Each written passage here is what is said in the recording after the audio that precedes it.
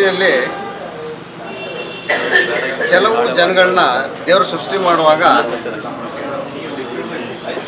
ಈ ಸಮಾಜದಲ್ಲಿ ಸೇವೆ ಮಾಡಲಿಕ್ಕಾಗಿಯೇ ಜನರನ್ನು ಹಾಕ್ತಾರೆ ಅಂತ ಕಾಣ್ತದೆ. ಅದರಲ್ಲಿ ನಮ್ಮ ಶಿವಣ್ಣ ಅವರ ವೈಯಕ್ತಿಕ ಜೀವನದಲ್ಲಿ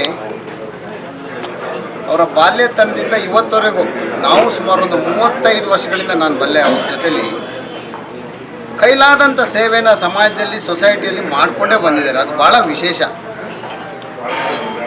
ಸಂಪೂರ್ಣವಾಗಿ ತನ್ನ ಜೀವನವನ್ನು ಸಮಾಜ ಸೇವೆಗೆ ಸಮರ್ಪಣೆ ಮಾಡಿಕೊಂಡಂಥ ನಾಯಕ ನಮ್ಮ ಶಿವಾನಂದ ಮೂರ್ತಿಯವರು. ಇವತ್ತು ಅವರ ಹುಟ್ಟುಹಬ್ಬವನ್ನು ಅವ್ರು ಮಾಡ್ಕೊಳ್ತಾ ಇಲ್ಲ. ಅವರೆಲ್ಲ ಸ್ನೇಹಿತರು. ಅವರ ಸ್ನೇಹಿತರು ಯಾವ ಥರ ಇದ್ದಾರೆ ಅಂದರೆ ಮೊನ್ನೆ ಬಂದಂಥ ಸ್ನೇಹಿತರುಗಳಲ್ಲ.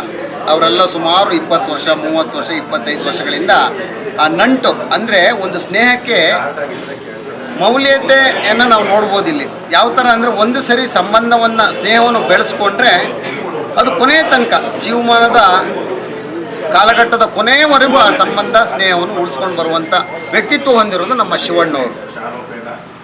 ಈ ಸಂದರ್ಭದಲ್ಲಿ ನಾನು ಹೇಳ್ತೇನೆ, ಅವರು ನಮ್ಮ ಭಾರತೀಯ ಜನತಾ ಪಾರ್ಟಿಯಲ್ಲಿ ಸುಮಾರು ಚಿಕ್ಕ ವಯಸ್ಸಿನಿಂದ ಸಂಘದಲ್ಲಿ ಚಡ್ಡಿ ಹಾಕೋಣದ್ರಿಂದ ಹಿಡಿದು ಇವತ್ತರೆಗೂ ಸಂಘದ ಒಂದು ಸಿದ್ಧಾಂತದ ನೆಲೆಗಟ್ಟಿನಲ್ಲಿ ಇವತ್ತು ಭಾರತೀಯ ಜನತಾ ಪಾರ್ಟಿಯಲ್ಲಿ ಕೊಟ್ಟಂಥ ಜವಾಬ್ದಾರಿಯನ್ನು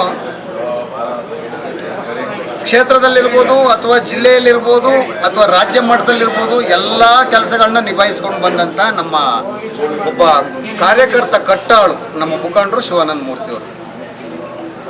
ಈ ಸಂದರ್ಭದಲ್ಲಿ ನಾನು ಹೇಳಿದಷ್ಟೇ, ಇವರಿಗೆ ಮತ್ತಷ್ಟು ಶಕ್ತಿಗಳನ್ನ ಕೊಡಲಿ, ಆ ತಾಯಿ ಚಾಮುಂಡೇಶ್ವರಿ ಆಶೀರ್ವಾದ ಸದಾ ಇರಲಿ ಅವರಿಗೆ, ಅವರ ಪರಿವಾರದವರಿಗೆ.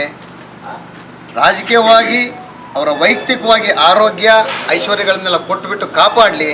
ಮುಂದಿನ ದಿನಗಳಲ್ಲಿ ಮತ್ತಷ್ಟು ಅವರಿಗೆ ಸಂಘಟನೆ ಮಾಡುವಂಥದ್ದು ಅಥವಾ ಸಾಮಾಜಿಕ ಸೇವೆ ಮಾಡುವಂಥ ಶಕ್ತಿ ಭಗವಂತ ಕರುಣಿಸಲಿ. 100 ವರ್ಷ ಅವರು ನಗ್ನಗ್ತಾ ಬಾಳಲಿ.